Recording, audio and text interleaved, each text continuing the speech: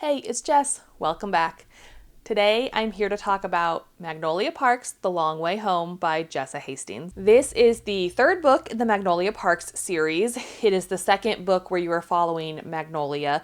The second book in the series is Daisy Hates. This book takes place about a year after the events at the end of Magnolia Parks. Once again, it's kind of hard to talk about these books because they're part of a series.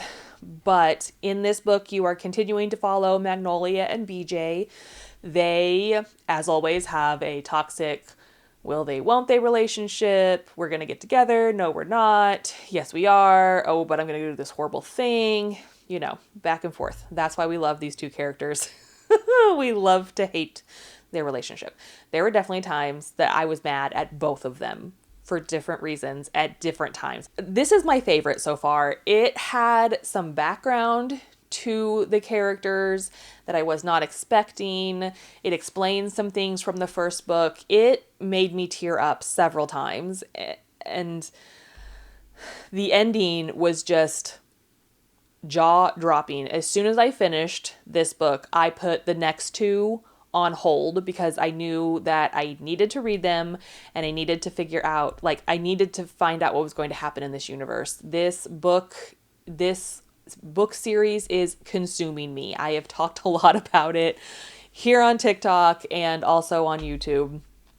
I don't know. This is not the type of book that I normally read, and I can't get enough of this series. This is the epitome of toxic romance. It is about young London socialites, not anything that I thought that I would ever read or definitely not enjoy, and I have devoured the three books that I've read.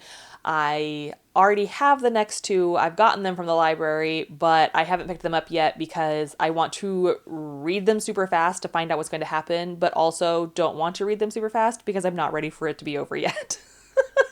So, reader problems. That's how you like a book and a book series, when you simultaneously want to know what's going to happen but don't want it to be over yet. Even if you think you won't like these books, I encourage you at least pick them up. It's really 50-50. A lot of people don't like Magnolia Parks. A lot of people don't like the second one in the series. The second one was okay for me. I was happy to be back with Magnolia and BJ. I definitely like those characters more than I like Daisy and those characters. But overall, I'm really enjoying this series. I really, really liked The Long Way Home. I also just love Jessa Hastings' writing. It's so lyrical and beautiful and different and really sucks me in. It makes me giggle. It makes me cry. It's just overall, she is a wonderful writer, and I love these books so much. But now I want to know, have you read this book? What did you think? All right, I'll talk to you later. Bye. Hey, it's Jess. Welcome back. Today, I'm here to talk about Nick and Norah's Infinite Playlist by Rachel Kahn and David Levithan. I read this book for the Buzzword Readathon, which is hosted by Books and Lala on YouTube. This was in July. The theme for July was math words, and so infinite is a mathematical term. So that's why I chose it.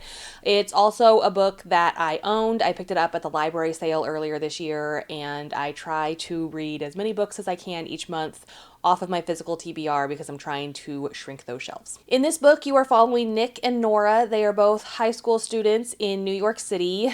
One night, Nick's band is performing at a club, and after they are done, he goes to the bar and sees his ex-girlfriend, so he turns to the girl next to him and says, "Do you want to be my girlfriend for 5 minutes?" And that girl happens to be Norah, and she says yes, and then things kind of go from there. They end up spending the evening together, going and doing different things. This has been turned into a movie. Apparently, looking at the timelines, it looks like it was a book first and then it was turned into a movie. I love this movie. It is one of my favorite movies. This book, not so much. I don't know if it's just...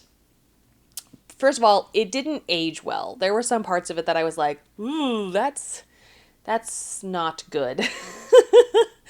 I feel like the book wasn't as in-depth as the movie. I didn't care about the characters as much, and normally it would be the other way around because you spend so much more time with characters in a book than you do in a movie. But overall, this one just kind of missed the mark for me. I'm glad I read it because, again, it got it off my physical TBR, but I don't recommend the book. If you're interested in this story, I recommend just checking out the movie. But now I want to know, have you read this book? What did you think? All right, I'll talk to you later. Bye. Hey, it's Jess. Welcome back. Today I'm here to talk about Chain Gang All-Stars by Nana Kamwe Ajibrenya. I'm so sorry if I butchered that name. I'm pretty sure I did. I apologize. I tried. This book is set in an America where a new law project has been enacted for inmates in the prison system. Instead of serving out their sentence in prison, inmates have the choice to sign a contract with CAPE, which stands for the Criminal Action Penal Entertainment System, where if you sign up to be part of this, you get put with a group and it's televised death matches. So you're part of a chain, but you go in usually one-on-one, sometimes two-on-two, and you fight to the death for with other inmates on other chain gangs. And it's all televised. And this is a huge part of America's entertainment. In this book, you have several points of view. You are following several different inmates. You are also following people outside of the chain system. You discover that there is a group of people who do not agree with the CAPE program and don't understand why these death matches should be entertainment, and they hold protests against the matches and everything like that. This book was so thought-provoking. It talks about the prison system. It talks about racism, sexism, everything like that, but in a way that's not obviously like, hey, this is what we're talking about. It really makes you think. And I was very surprised by that. I really enjoyed this book. I've heard mixed reviews of it. I saw it at my library and I picked it up, and I'm so glad I did. It stayed with me for a long time.